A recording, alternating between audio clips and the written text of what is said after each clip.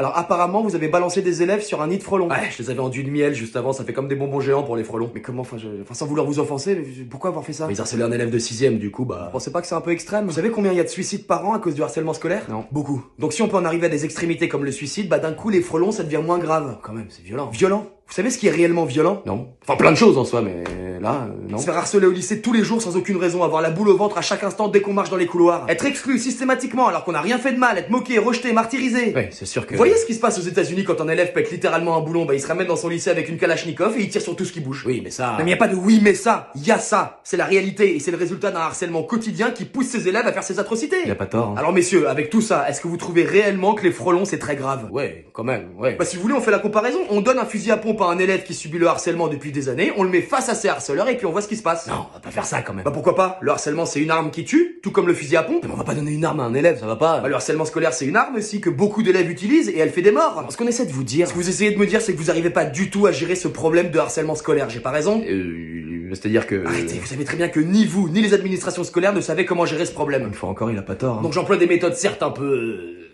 originales, mais les résultats sont là. Ils harcèleront plus jamais personne. On a fini? Oui, pardon. Enfin, merci pour votre temps, André. Pas de quoi. Qu'est-ce que t'en penses?